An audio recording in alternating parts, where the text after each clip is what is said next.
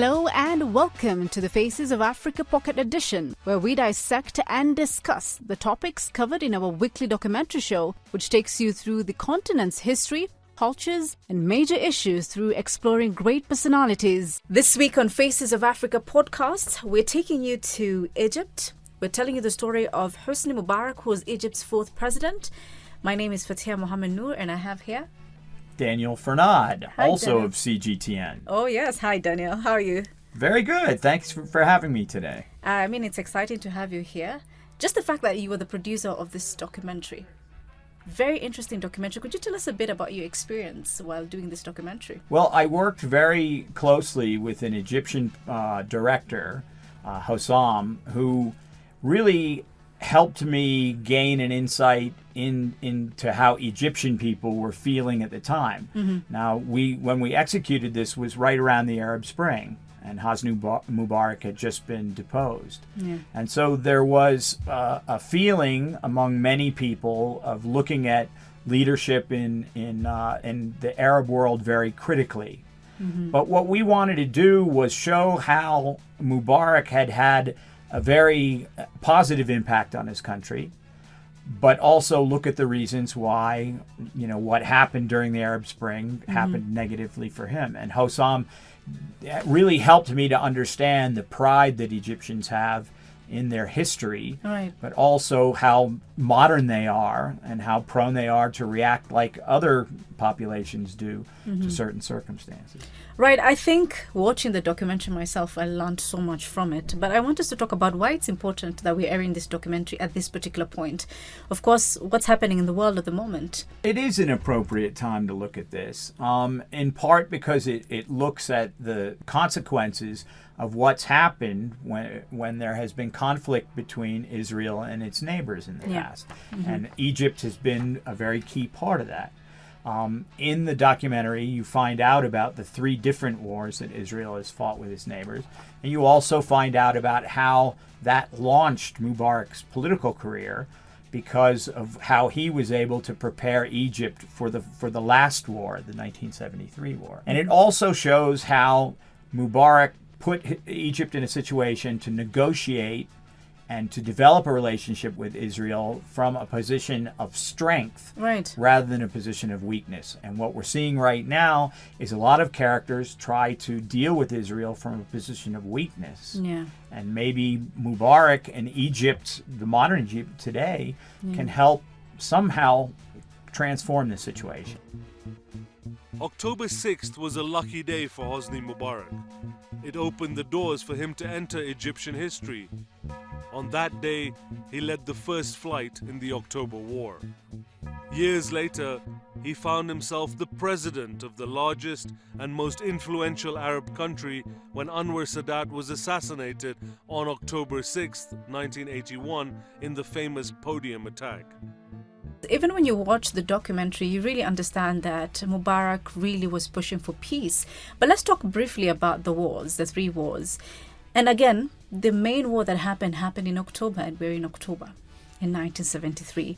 Let's talk about the 6-Day War that happened in 1967. How do you think that propelled Hosni Mubarak to where he got at that time? It's a good topic to bring up because it shows how somebody needs to have a vision of how you develop strength. And so when the 1967 war ended disastrously, and Egypt lost a huge amount of territory, very strategic territory, what do you do when you're in that situation? I mean, how do you recover from something like that? Do you become emotional?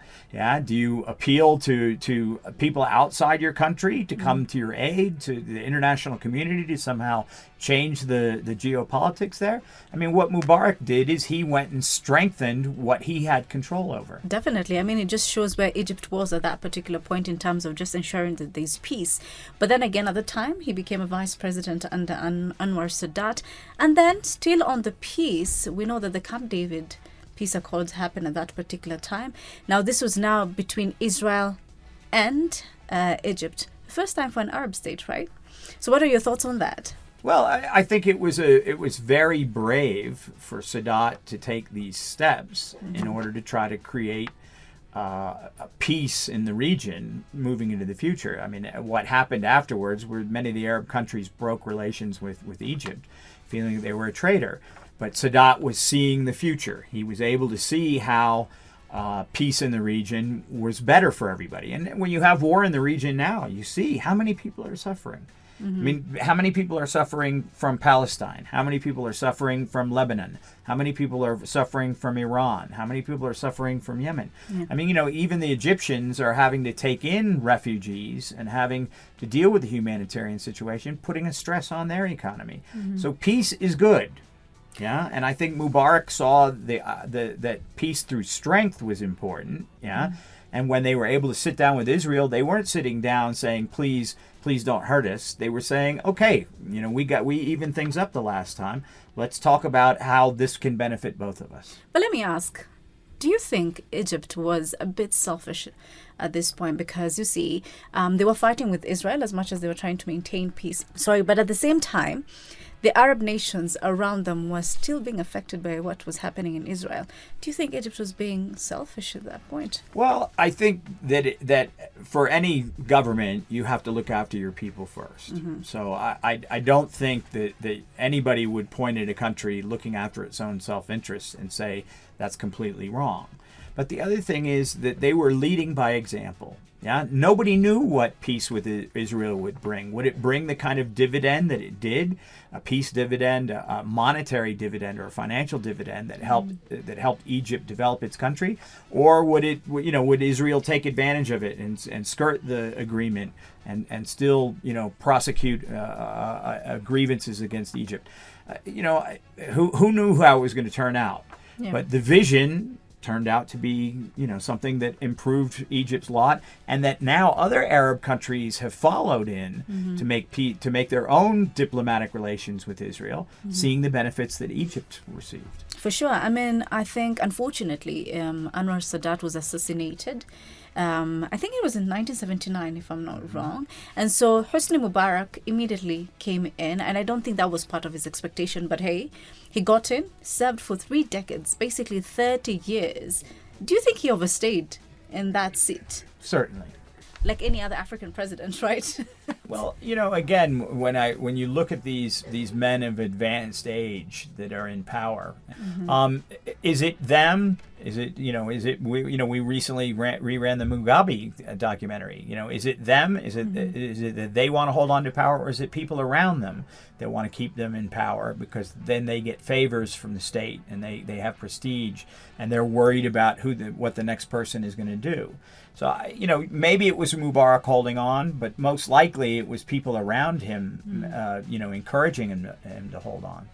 But the key that you need to find is you need to have that patriotism to want to leave the country better than you found it. But the other thing is you need to groom successors, not just one person that then is handed the power, but people that compete with each other with different ideas, ways to improve the country. That makes your government more successful, and it ends up helping people make the choice of who they want to be their leader by showing people that have distinguished themselves in some way and deserve the people's trust. Right. Wow. Thanks so much for coming on the podcast, Daniel. I think it's going to be a very interesting documentary. The documentary is actually called 3 Decades of Power, right? And I think it's going to be an interesting watch, especially with whatever that's happening in the world at the moment. So thank you for your time.